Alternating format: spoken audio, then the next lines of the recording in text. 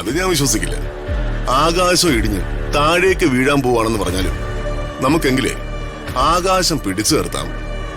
അതിനിപ്പോ ഞാൻ ആദ്യം ഇറങ്ങാൻ ഒരു കൈ നോക്കാമെന്ന് ആ മനുഷ്യൻ ചിരിച്ചുകൊണ്ട് സിമ്പിളായിട്ട് പറയും. പേടിയാണെന്നൊക്കെ വെറുതെ പറയുന്നതല്ലേ, നമ്പറാ. സുകുമാരൻ സാർ എന്ത് മറുപടി പറയുന്നു അറിയാൻ പറഞ്ഞതായിരിക്കും. അവിടെ ഇലക്ഷൻ വർക്കൊക്കെ എങ്ങനെ പോകുന്നു? ശരി ശരി. പ്രതാപ, നിന്റെ പിറന്നാൾ പ്രമാണിച്ച് നമ്മുടെ എല്ലാ സ്റ്റാഫുകൾക്കും സമ്മാനമായി ക്യാഷും പർച്ചേസിംഗ് വൗച്ചറുകളും ഞാൻ ദീപകിനെ കൊണ്ട് കൊടുപ്പിച്ചിരുന്നു. എല്ലാവർക്കും വലിയ സന്തോഷമായി. പിന്നെ ഐഡിയ ദീപകിന്റെ ആയിരുന്നു കേട്ടോ. നന്നായി ചേച്ചി.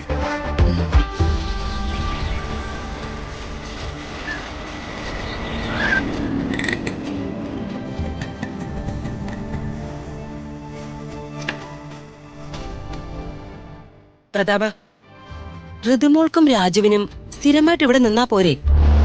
ഇത് ശരിയാണോ?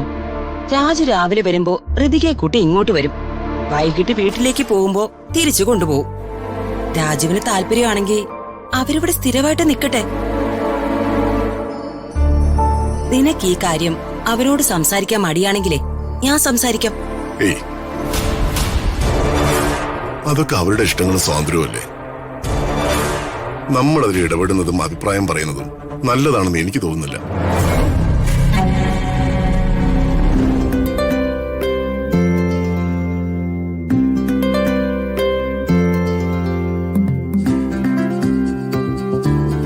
ഗുഡ് മോർണിംഗ് വർമ്മ സാറേ. Good morning Raju. നിങ്ങൾ ബ്രേക്ക്ഫാസ്റ്റ് കഴിച്ചോ? ആ, ഞങ്ങൾ കഴിച്ചിട്ട് ഇറങ്ങിയത്. ഋതുമോൾ ആകെ ക്ഷീണിച്ചു പോയി അല്ലേ പ്രതാപ? രാജുവിന്റെ വീട്ടിലെ ഫുഡൊന്നും ഋതുമോൾക്ക് പിടിക്കുന്നില്ലെന്നാ എനിക്ക് തോന്നുന്നത്.